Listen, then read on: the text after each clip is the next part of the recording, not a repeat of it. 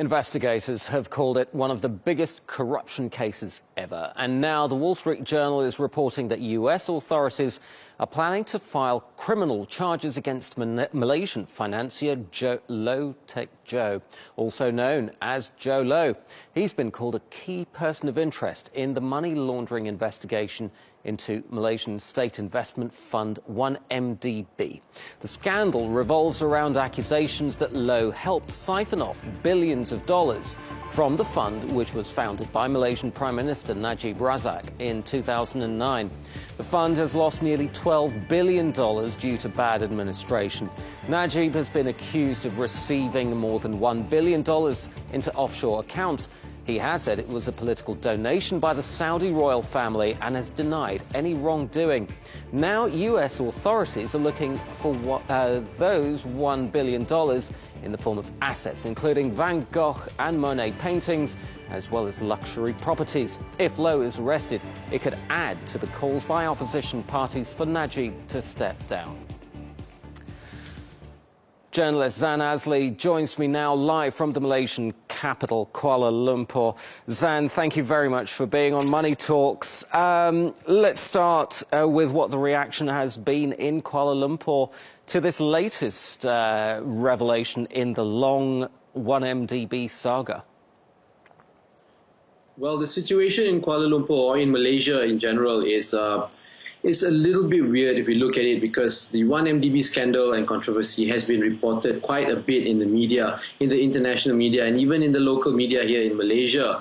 Now, the fact that it has been reported so long, and if we look at Malaysia itself locally, no action has been taken, investigations has been done. The Malaysian authorities have actually cleared the Prime Minister Najib Razak of any wrongdoing, saying that the money was actually legal donations that were obtained.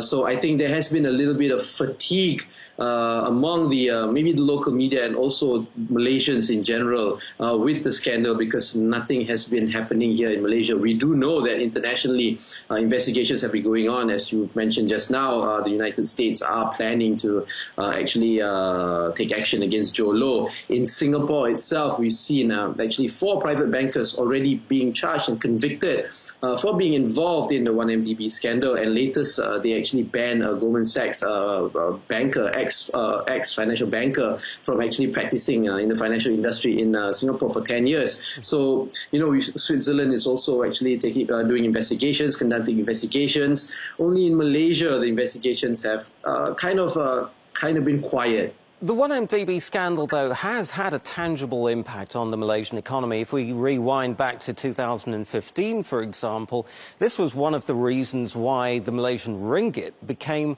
one of the world's worst performing emerging market currencies. What has been the long-term impact on the Malaysian economy of this scandal? Well, a lot of the Malaysian public believe that it is because of the 1MDB scandal that the drop of the Malaysian currency, the ringgit, has been happening, and it has been continuing to drop. But of course, if you look at what the Malaysian government is saying, is that it is not related to the 1MDB scandal. They say that it is a global recession, and that's why the currency is dropping, and that's why the economy is getting worse. But the Malaysian public really, a lot of them actually do believe that it is indirectly probably related to the 1MDB scandal, because there is slowly becoming a lack of confidence in the governance of Malaysia.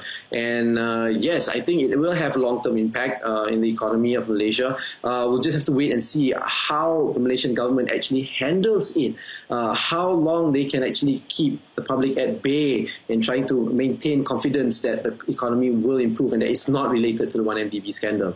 Zan Azli in Kuala Lumpur, thank you ever so much. Now, let's get a broader perspective on the 1MDB scandal now from our editor-at-large, Craig Kapitas, who's in Paris. Craig, thank you ever so much. As always, let's start by looking at the jurisdictions where the 1MDB issue is being investigated. They include the US and Singapore and several others. How could these foreign governments work together to bring about criminal action against people like Jho Low? Well, the investigation was triggered by the U.S. using a topic we've discussed frequently on money talks, and that's the extraterritorial enforcement of U.S. law in any event that involves a U.S. bank or U.S. dollars. Now, in this instance, the U.S. Justice Department has been fortunate because the Singaporean judiciary and government is collaborating with them on an investigation and possibly a prosecution. So that's the dynamic of it. What's curious here is that the Malaysians, as our previous guest pointed out, have essentially circled the wagons. In Malaysia, Jho Low would appear to be clean, and certainly the Prime Minister would appear to be clean in all of this based on what the government has done so far. So Jho Low's exposure is not in Malaysia. It's in other venues where U.S. dollars and U.S. banks, and perhaps Singaporean currency as well, was spent.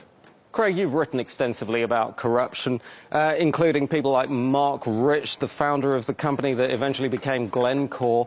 What parallels do you see between the 1MDB scandal and some of these other scandals that you've written about? Well, you know, Jho Low, who's only 35, he believes he's a master of the universe, like Mark Rich. In fact, he cites Mark Rich as his inspiration. This is a young man who has delusions of grandeur that only money can afford. And what is going on here is that he's being empowered by the Malaysian government. There's no doubt about that.